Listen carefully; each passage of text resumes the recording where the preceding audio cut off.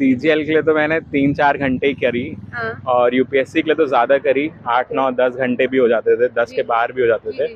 तो वो दोनों एग्ज़ाम का फ्लेवर अलग है, दोनों में एक्सपेक्टेशन किसी का थर्ड अटेम्प्ट या फोर्थ अटेम्प्ट है तो उसको डेफिनेटली बी प्लान के बारे में सोच लेना चाहिए। या तो आप कोई दूसरा एग्जाम निकालो या फिर आप कॉर्पोरेट सेक्टर में जा सकते हो। 2021 का सीजीएल दिया था, उसमें मेरा प्रीलिम्स हो गया था। मेंस के बाद मैंने उस टाइम पे रिटन होता था तो रिटन स्किप कर दिया था।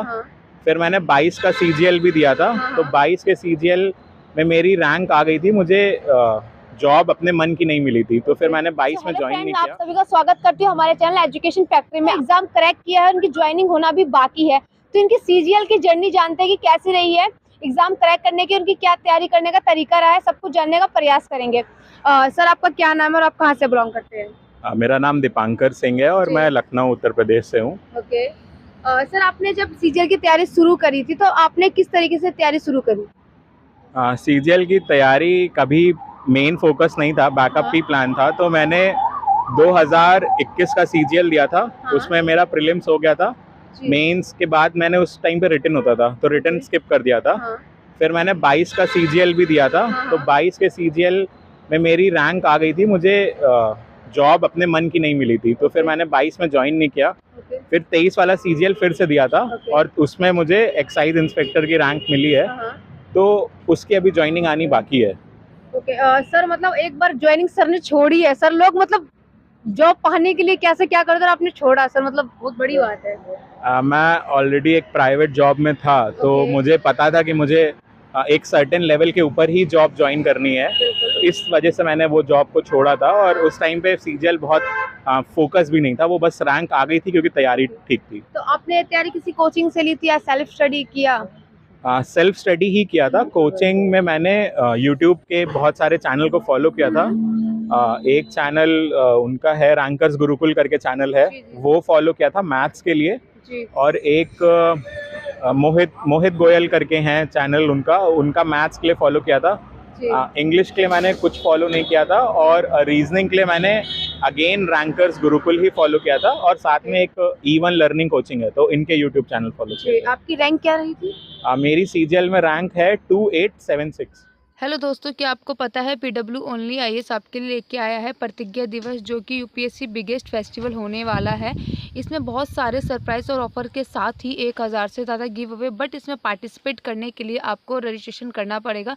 रजिस्ट्रेशन करने के लिए मैंने डिस्क्रिप्शन में लिंक दे दिया। अगर आप ऑफलाइन अटेंड करना चाहते हैं तो आपको रजिस्ट्रेशन करना होगा, उसके बाद आपको पास मिल जाएगा। अगर आप ऑनलाइन अटेंड करना चाहते हैं तो भी आपको रजिस्ट्रेशन करना होगा, उसके बाद आपको प्रीमियर लिंक मिल जाएगा, वहाँ पर जाके आप ज्वाइन कर सकते हैं। ये इवेंट पटना में हो रहा है, जो कि बाबू सभागर ऑडिटोरियम में हो रहा है। सभी लोग जाइए, इस इवेंट को अटेंड कीजिए। और आपकी इसमें सीट्स लिमिटेड है, तो जल्दी से जल्दी जाओ और रजिस्ट्रेशन करो। आपके लिए ओनली आईएएस फाउंडेशन बैच लेके आया है। अगर आप 2026 को टारगेट कर रहे हो तो संकल्प आपको मिलेगा 11,999 में इंग्लिश मीडियम में। अगर आप 2025 को टारगेट कर रहे हो तो आपको प्रहार मिलेगा इंग्लिश मीडियम में 9,499 में। वहीं अगर आप इंग्लिश मीडियम के हैं 2025 को टारगेट कर रहे हो तो आपको टाइटन मिलेगा 9,499 में। आपका इनमें से कोई ऑप्शनल सब्जेक्ट है और 2024 और 25 को टारगेट कर रहे हैं तो आपको ये बैच पड़ेगा 8,999 में। यहाँ पे आपको लाइव ऑनलाइन क्लासेस भी आपको मिल जाएंगे। अगर आप यूपीएससी कॉम्बो बैच लेना चाहते हैं तो संकल्प प्लस ऑप्शनल आपको पड़ेगा 18,999 का, प्रहार प्लस ऑप्शनल आपको पड़ेगा 16,499 का, टाइटन प्लस ऑप्शनल आपको पड़ेगा 16,499 का। अगर आपको इन सभी बैचेस पे एक्स्ट्रा डिस्काउंट चाहिए तो आप मेरा कोड यूज कीजिए UPSC2K04।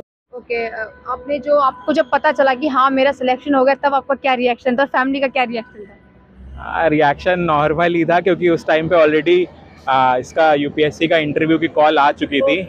तो ये था कि फोकस ऑन दी इंटरव्यू, और सीजीएल तो ठीक है, तो इसलिए नॉर्मल रिएक्शन था। ओके।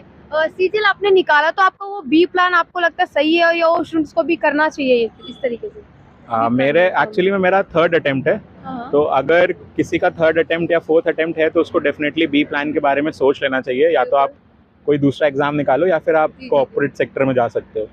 तो उसके हिसाब से सीजीएल के लिए जो स्टूडेंट तैयारी कर रहे हैं, कई बार उनका फर्स्ट अटेम्प्ट सेकंड अटेम्प्ट में नहीं निकलता है, तो किस तरीके से उनको तैयारी करनी चाहिए, किन चीज़ों पे ध्यान रखना चाहिए, और एक्यूरेसी या कई स्टूडेंट तुक्केबाजी भी करते हैं क्वेश्चन में, तो उन चीज़ों का किन चीज़ों का ध्यान रखना चाहिए? तो देखिए, अटेम्प्ट पूरे करिए, सवाल 100 के 100 अटेम्प्ट करिए। आप ज़्यादा अटेम्प्ट करेंगे तो आपके ज़्यादा सही भी होंगे। जी और as coming to the subjects, तो सब्जेक्ट्स में आप अपने स्ट्रेंथ पे फोकस करिए। जैसे मेरी स्ट्रेंथ इंग्लिश थी, तो मैं इंग्लिश के लिए मैंने कभी पढ़ा नहीं है, मैं जाके सीधे एग्जाम में टेक्स्ट बुक पे मॉक 1-2 दे दिया और जाके सीधे एग्जाम में किया। बाकी मैथ्स और रीजनिंग क्योंकि टच छूटा हुआ था, जी जी जी 10th 12th के बाद से नहीं किया हुआ जी, है, तो वो थोड़ा ब्रश अप कर लिया था। जी। बाकी मुझे लगता है कि थोड़ा इंजीनियरिंग बैकग्राउंड ने भी हेल्प करा।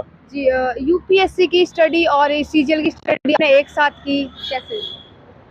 मेरा पहले 2 अटेम्प्ट में यूपीएससी नहीं निकला था, तो उस अटेम्प्ट में सीजीएल का ही कर रहा था। ओके उसके बाद जब यूपीएससी निकल गया तो जो सीजीएल में पहले अटेम्प्ट में पढ़ाई की थी उसी का रिजल्ट मिला मुझे, और अलग से नहीं किया था। ओके अच्छा, सीजीएल के लिए आपको क्या लगता है कितने घंटे आपने स्टडी की थी, और यूपीएससी को अलग कर रखे तो कितने घंटे स्टडी होती है, दोनों में क्या फर्क लगता है आपको? सीजीएल के लिए तो मैंने 3-4 घंटे ही करी, हाँ और यूपीएससी के लिए तो ज़्यादा करी, 8-9-10 घंटे भी हो जाते थे, 10 के बाहर भी हो जाते थे। तो वो दोनों एग्ज़ाम का फ्लेवर अलग है, दोनों में एक्सपेक्टेशन अलग है। बिल्कुल। सीजीएल में आपको कहीं भी अभी तो लिखना नहीं है, पूरा ऑब्जेक्टिव है, मेंस और प्रीलिम्स भी, और यूपीएससी में आपको लिखना है तो हाँ। डेफिनेटली उसमें मेहनत ज़्यादा है। मेहनत ज्यादा है जी। ओके जो अभी स्टूडेंट तैयारी कर रहे हैं एसएससी की, या जो करना चाहते हैं और भी वनडे एग्जाम्स आते हैं, तो उनके लिए कुछ ऐसी टिप्स दीजिए ताकि उनका भी निकल जाए, और किस चीज़ों का ध्यान रखें? पहली टिप तो यही है कि आप अपने स्ट्रॉन्ग सब्जेक्ट को पहचान लो। अगर आपका इंग्लिश या मैथ्स कहीं पे भी स्ट्रॉन्ग है तो बिल्कुल ट्राई करो कि अपने स्ट्रॉन्ग सब्जेक्ट में तो आपका नंबर आना ही चाहिए 90%। ओके। उसके अलावा आपका जो वीक सब्जेक्ट है, आप अपने वीक सब्जेक्ट को पुल कर लो। फॉर एग्जांपल सीजीएल में ज़्यादातर लोगों का जीके वीक होता है, तो क्योंकि मेरा यूपीएससी का बैकग्राउंड था तो मेरा जीके ठीक ठाक था, ओके। तो उस वजह से मेरे ठीक ठाक जीके में नंबर आ जाते थे जो बाकी सीजीएल वालों से ज़्यादा रहते थे। तो मैं बोलूँगा कि सीजीएल वाले जो कोर एस्पिरेंट्स हैं वो थोड़ा जीके वगैरह पे फोकस कर लें और जीके को स्ट्रेंथन कर लें, तो जीके में आपको एज मिल जाएगी, क्योंकि मैथ्स और रीजनिंग हर कोई पढ़ता है, इंग्लिश हर कोई पढ़ता है, जीके लोग इग्नोर कर देते हैं। तो आप जीके पे फोकस करिए। Thank you sir.